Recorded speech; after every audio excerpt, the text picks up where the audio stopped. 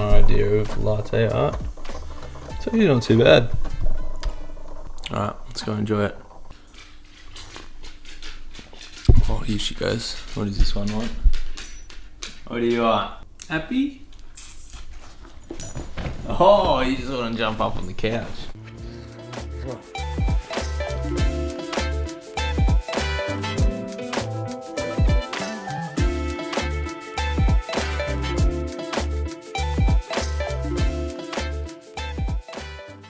So I'm actually feeling like somewhat energized for the shift. I'll probably crash later on.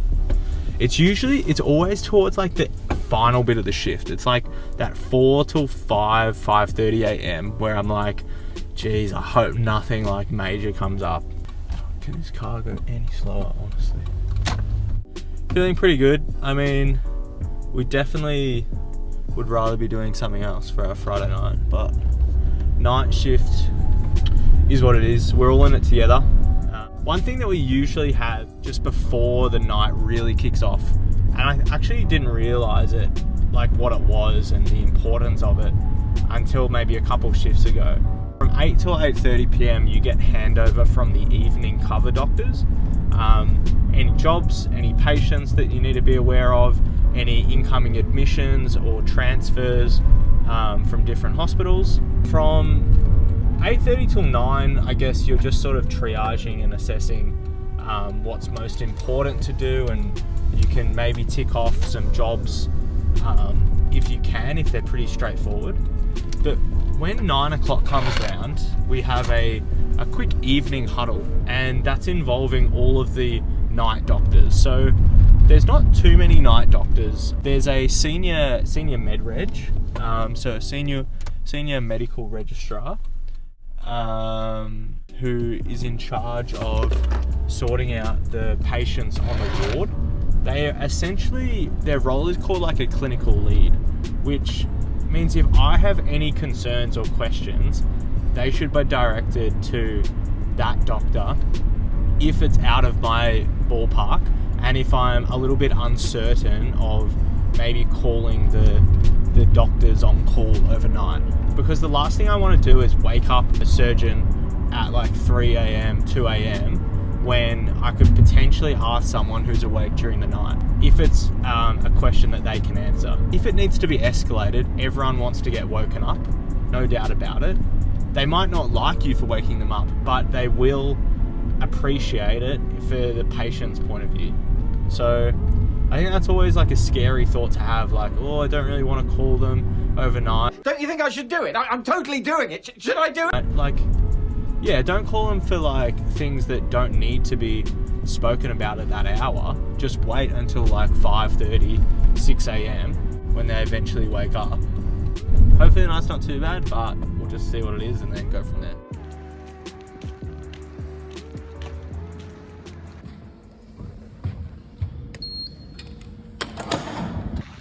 So we got our first page 8 minutes into the shift. Yeah, the more important thing is that we walked about all this way from our car and we left our lunch in there. So that's a big problem. Did we? Shit, now I'm forgetting. No, we definitely left our lunch in. Jeez, I'm actually losing the plot. If I've walked all this way out of the hospital and my lunch is actually still up there, wow, almost rolled my ankle. I swear I bought my lunch up there. I'm honestly losing the plot right now. I swear to God, I brought my lunch up from my car, like my food for the night, but now I'm walking to the car. This could be the most haphazard start to a shift ever. All right, moment of truth. No, thank God, we're not losing it. All right, we've got our food. Mission accomplished. Good work. Let's head back up and let's start the shift. Jesus, I have been shambolic. Now, do we even lock the car? That's the thing. No, we're about to actually just walk away, not lock the car.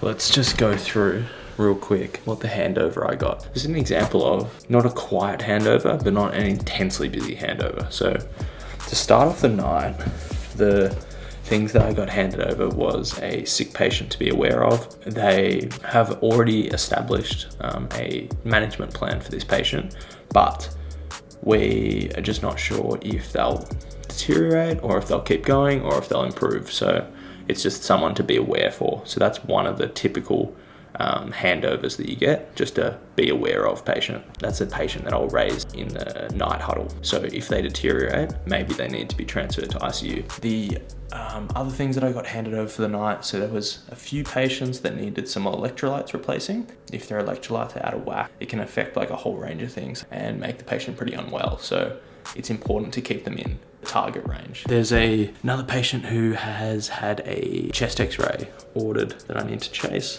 to make sure I think the position of the nasogastric tube is in the right position. Yeah, I just got 2 pages. So the first patient was asking me to chart some more fluids for a patient who's run out. Oh, actually that's just for the PCA. So PCA stands for patient controlled analgesia. Essentially the way it works is they have a button, the patient, and when they're in pain, they press it themselves and it delivers a bolus, a small amount of pain relief. Pretty much need some fluids so that the PCA can run and deliver the patient the pain medication. The other pages that I got, so someone has a slow heart rate post-operatively, I'll go check up on them, and someone has apparently failed their trial of void. Their bladder scan is about 300 mils. Now, I'm not going to insert a catheter unless they're in absolute excruciating pain. I'm going to see if they can pass that urine and just probably extend it a bit, because 300 mils is not that much. I've seen much more in a bladder before and people should be able to pass that out. Yeah, we'll just see if they've got any like urological history or anything like that. That's the pages that I've got so far. So we'll just see if there's anything else that comes up soon.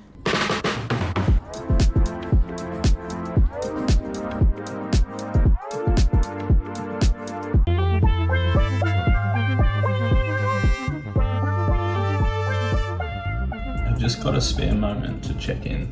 Don't know if you can see that. It's just instant coffee, which is a little bit annoying. There's been a couple pages that have come through, but otherwise it's been pretty straightforward. The biggest problem of the night is the food situation. Currently, it's 11:34 and I've eaten it all.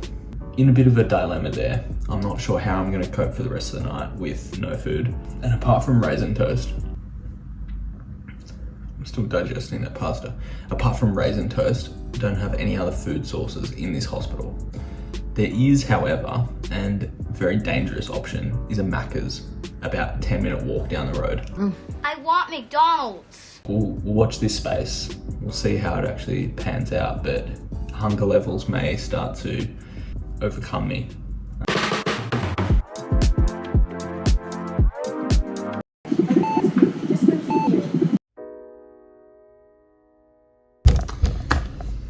So, I actually don't know what to say, but I was just part of a pretty interesting Met call that probably went on for almost an hour, and the final outcome of it was we ended up having to palliate this guy who is honestly not too far away from my age. Yeah, just seeing that whole turn of events was pretty shocking, to be honest. Confronting, I think, is a better word. Yeah, this patient had a lot of interesting medical conditions that were not able to be operated on. We had a chat to the ICU team. They didn't think there was much reason in taking him to ICU because there was no reversible condition that we were treating. And we spoke to the cardiology team, who also suggested the above, that there was no added management that they could offer if surgery was not a consideration, which had been previously discussed by cardiothoracic teams at other hospitals and clearly documented. And I think, yeah, just seeing the patient there with family surrounding him, mind-blowing. Yeah, a bit speechless at the moment, but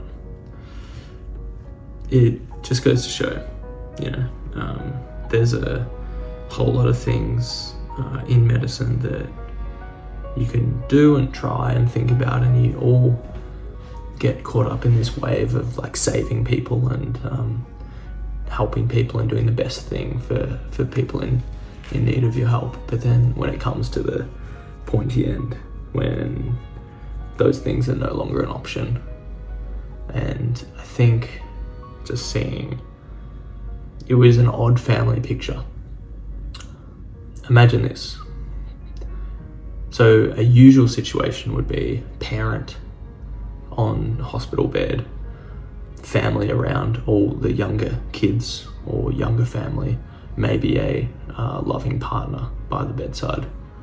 But the patient is old, they've had their life, they've been through a whole lot. That's, as sad as that is, that's much more, there's much more understanding and acceptance in that family picture. But what I was a part of then was a very abnormal family picture where the patient on the bed was not the older parent who had lived a life already. It was the child, and they were the ones that were suffering, and the parents were on the sideline supporting that child along with their other siblings. So I think, yeah, the two words that come to mind are confronting and disturbing as well. So alright, so that was a big night. Glad it's over. We need to go home, get some food and get some sleep, and that's it. Wrecked.